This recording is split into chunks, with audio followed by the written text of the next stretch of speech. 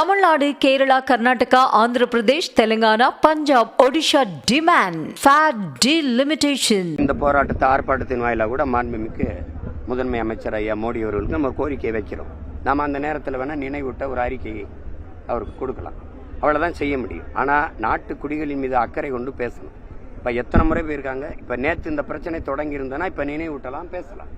அவர் 15 ஆண்டுகளாக இருக்கார். இப்போ 10வது ஆண்டு முடிஞ்சு 15வது ஆண்டு தொடர்றார். 2 வருஷம் ஆக போகுது. ஆனால் அப்படி இருந்தும் அந்த பிரச்சனை நேற்று வந்தது இல்லையே. என்னைக்கு என் தலைவன் அந்த இடத்துல இல்லைன்னு ஆச்சோ அன்னையிலிருந்து இருக்கு. அவர் அந்த இடத்துல தன் படையோட நிற்கும் போது எங்க மீனவன் படகை தொட்டானா இல்லை சுட்டானா இல்லை படகை பறிச்சானா? அப்ப யார் நாட்டை பாதுகாத்துக்கிட்டு இருந்ததுன்னு பாருங்க. நீங்க எங்க அண்ணனை, எங்க தலைவரை, எங்க படையை பயங்கரவாதி தீவிரவாதின்னு பழி போட்டு அடிச்சிங்க. இப்ப சொந்த நாட்டு மக்களை பாதுகாக்க முடியல. உனக்கு அன்னைக்கு பாகிஸ்தான் உள்ள வரக்கூடாதுன்னு பரிசா கொடுத்து, சீனா உள்ள வந்துடக்கூடாதுன்னு பரிசா கச்சத்தை எடுத்து கொடுத்து அம்மையார் இலங்கையை தன் பக்கம் வச்சுக்கணும்னு நினைச்சாங்க. இன்னைக்கு எங்க இருக்கு? சீனா பிடியில இருக்கு இலங்கை.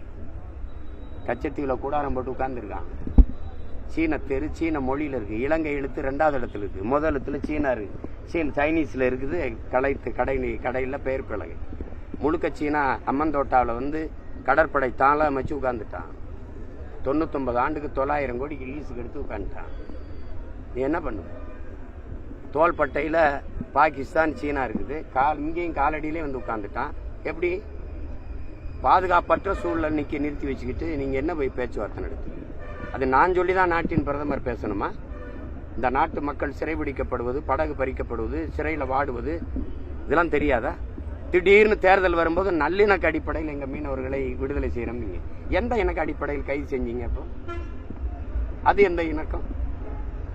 இப்ப இலங்கை அதிபர் இந்தியாவுக்கு வர்றாதா? ஒரு பயணம் இருந்ததுன்னா ஒரு 5-6 பேரை விடுதலை செய்வாங்க. ஒரு நல்லிணக்கம். இப்ப இந்த நாடகங்களை நம்ம எப்படி சகித்துக்கிறது?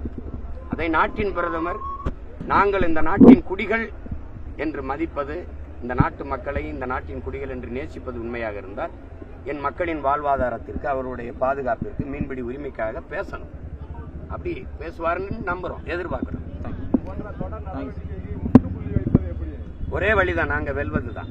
நாங்க வெல்வது இந்த நிலத்தை தமிழர்கள் நாங்களே ஆள்வது. அதை தவிர எங்களுக்கு வேற வழி.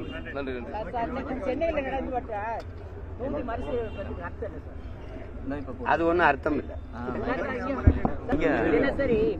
போலீசார் ரவுடிகளை சுட்டு கொள்றாங்க, சுட்டு பிடிக்கிறாங்க. ஆனா ஒரு பக்கம் பாலியல் குற்றம் நடக்குது, ரவுடிசம் நடக்குது, பொது இடங்களையும் போல இதெல்லாம் நடக்குது. இப்போ தமிழகத்துல இப்ப சட்ட ஒழுங்கு எப்படி இருக்கு? உங்களுடைய கருத்து? குற்றவாளிகள் அதிகாரத்தில் இருக்கும்போது இந்த குற்றங்கள் சாதாரணமா நிகழும். நாட்டின் முதலமைச்சர் சட்டசபையில, அமைச்சரவையில போன ஆட்சியோட அந்த ஆட்சியில் கொலைகள் குறைவுன்னு தான் சொல்றாரு. கொலையை தடுப்பதை நான் நடப்பதை தடுப்பேன், அது கடும் நடவடிக்கையில் ஒடுக்குவேன், அப்படிலாம் பேசல. அதோட குறைவு தானே, அப்படிதான் சொல்றாங்க. பேசி என்ன பயன்?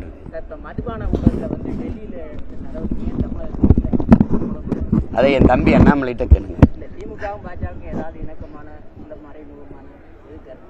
இல்ல கள்ள உறவு இல்ல சொல்லுவாங்க, இணக்கங்கள். நல்ல உறவே இருக்கு, ரொம்ப நல்ல உறவே இருக்கு. என் தம்பிகிட்ட நான் என்ன சொன்னேன், நீங்க டாஸ்மார்க்கில் நடந்த ஊழலை பேசுவது போல கழிவறை தூய்மைப்படுத்துவதில் 430 கோடி நடந்திருக்கு, அதையும் பேசணும்.